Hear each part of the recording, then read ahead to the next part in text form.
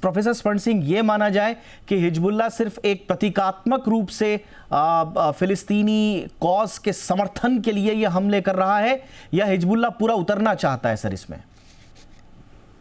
दीपक, सबसे पहले तो ये श्रोताओं को बताना जरूरी है कि ये पूरा जो क्षेत्र है, जो अरब इजरायली कॉन्फ्लिक्ट है, जो तनाव है, वो करीब 100 साल पीछे जा सकते हैं। जब 1948 से जब स्थापना हुई इजराइल की, तब से उसको देखा जा सकता है। तो स्थिति जो है वो काफी विस्फोटक है। और जैसा इजराइल के प्रधानमंत्री ने खुद कहा कि ये कोई ऑपरेशन नहीं है, ना कोई ये एस्केलेशन है, ये सीधी सीधी युद्ध की स्थिति है। और ये भी कहा कि ये देर तक चलने वाली है। उनकी अपनी समीक्षा इस तरह से है। तो मुझे लगता है कि इसलिए, क्योंकि विस्फोटक स्थिति है, जो तनाव है वो लगातार बना रहा है। और 2006 से जब से हमास इलेक्ट होकर गाजा स्ट्रिप में आया है, लगातार हर साल कुछ ना कुछ इस तरह की स्थिति बनती रही है। फर्क केवल ये है कि इतनी बड़ी लेवल का अटैक इससे पहले नहीं हुआ था। आपने खुद कहा कि अभी भी 22 जगहों पर ये जो है वो युद्ध जारी है, तनाव बना हुआ है, हिंसा हो रहा है हमास के साथ। हिजबुल्लाह ने अब जो इस तरह से अटैक किया है, वो चाहे वो उनके समर्थन में हो या अपनी इस अवसर को उसमें फायदा उठाने की बात हो। तो ये जो अचानक इस तरह का इतना बड़ा जो हिंसा का जो अटैक है हमास की तरफ से, मुझे लगता है कि उसको धीमे से नहीं लेना चाहिए। खासकर इसलिए कि आपने जैसे खुद कहा कि ईरान के शहरों में उसको समर्थन मिल रहा है। हालांकि दोनों बड़ी शक्तियां, सऊदी अरेबिया ने और टर्की ने, दोनों तरफ से अंकुश लगाने की कोशिश की बात की कि उनको दोनों को रेस्ट्रेन रखना चाहिए। पर उसके साथ देखें, बहुत से पश्चिमी देशों ने, अमेरिका ने ओपनली सपोर्ट किया है और कहा कि जो भी इजराइल को चाहिए होगा अपनी राष्ट्र सुरक्षा के लिए, वो मुहैया करने को तैयार हैं। तो जो इजराइल और हमास के अलावा दूसरे कई इस तरह के देश हैं या घटक हैं, जो उसमें एक तरह से सामने आकर कह रहे हैं कि वो युद्ध में कुछ देश रोकने की बात कर रहे हैं, कुछ देश समर्थन की भी बात कर रहे हैं कि वो या तो हमास के साथ खड़े हैं या फिर इजराइल के साथ खड़े हैं। तो ये मुझे लगता है कि काफी आशंका है। खासकर इसलिए भी आप देखें कि यूक्रेन युद्ध को भी बहुत लोगों ने कहा था कि नहीं होगा या फिर एक सप्ताह में समाप्त हो जाएगा। तो आज ये इजराइल की अपनी जो समीक्षा है, जो जो ये एक तरह से जतलाती है कि ये लंबी देर तक युद्ध चलने वाला। उन्होंने जो कहा कि 3 उनके उद्देश्य हैं इस युद्ध में, जो प्रधानमंत्री नेतन्याहू ने कहा।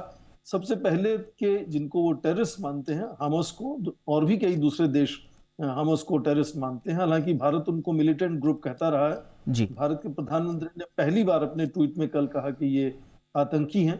तो पहला उद्देश्य कि आतंकियों से इजराइल को साफ किया जाए, उनका सफाया किया जाए इजराइल में जो घुसे हैं।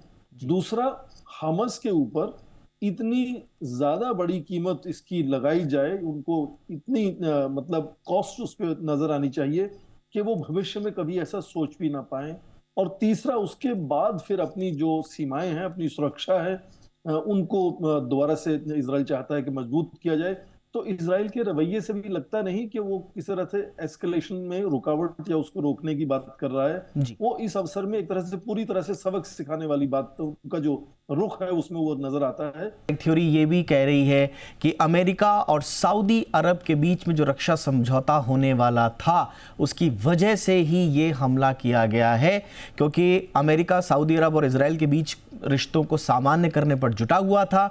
और न ईरान ये चाहता है कि वहाँ पर वो इर्रेलेवेंट हो जाए समझौते के बाद, या फिलिस्तीन का मुद्दा इर्रेलेवेंट हो जाए। इसलिए हमास का बयान भी आया है जिसमें कहा गया है कि इजराइल अगर सुरक्षा चाह रहा है तो इग्नोर नहीं किया जा सकता फिलिस्तीन को। तो ये सारा का सारा खेल क्या सऊदी अरब और अमेरिका का वो समझौता है सर? हाँ, बहुत तरह से अटकलें लगाई जाएंगी कि क्योंकि ये समझौता अब कुछ ही दिनों में एक तरह से कार्यान्वित होने वाला था। और सऊदी अरेबिया बहुत बड़ी एक तरह से शक्ति है, बहुत बड़ी आर्थिक व्यवस्था है। और सऊदी अरेबिया यदि इसराइल से हाथ मिला लेता है, तो शायद ये जो दूसरे घटक हैं, हिजबुल्लाह है, हमास हैं, पीपल पैलेस्टाइन का इशू है, वो अपने आप को कमजोर महसूस करेगा। कुछ अटकलें ये यहाँ इसराइल की अंदरूनी राजनीति को लेकर भी लगाई जा रही हैं कि वहां जैसे अस्थिरता का माहौल था, आंदोलन हो रहे थे, तो ये अटकलें लगातार लगती रहेंगी। पर बग्गा साहब ने जो कहा उसमें मैं ये थोड़ा सा ये जोड़ना चाहूंगा कि ठीक है, इसराइल छोटी जनसंख्या का एक देश है, छोटी सी अर्थव्यवस्था है, पर भारत के लिए मुझे लगता है कि यदि युद्ध आगे तक लगातार चलता है तो हमारे लिए ये थोड़ा चिंता का विषय हो सकता है। एक तरह से तो पहले करीब 18,000 से ऊपर शायद भारतीय इसराइल में है, हालांकि छोटा देश है, तो भारत को शायद इनको रेस्क्यू करने की जरूरत पड़ सकती है। इसके अलावा इसराइल तीसरा सबसे बड़ा स्रोत है भारत के रक्षा उपकरणों के आयात का। तो यदि इस तरह से युद्ध में खुद इसराइल फंस जाता है लंबे दौर में, तो उस पर भी मुझे लगता है कि असर होगा। आज इसराइल 7वां सबसे बड़ा व्यापार में हिस्सेदार है भारत का, करीब $7.5 अरब का व्यापार है दोनों देशों का।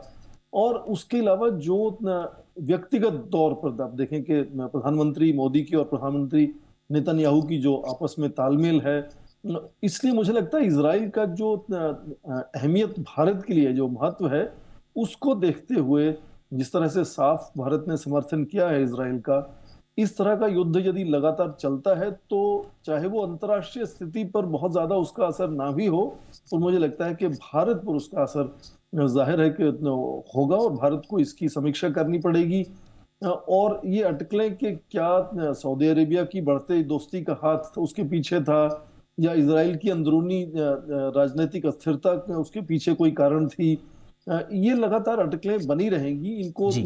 कोई भी पुष्टि करना इनका आसान नहीं होगा। पर मोटे तौर पे ये समीक्षा जो इस वक्त लगाई जा रही है कि शायद ये युद्ध जल्दी से खत्म होने वाला नहीं है और ये चलेगा, और यदि ये चलेगा तो उससे क्या असर पूरे विश्व को, जब भारत को क्या बिल्कुल। असर इसका हो सकता है भारत पर, जी। उसकी समीक्षा करना मुझे लगता है जरूरी होता है। जरूरी होगा।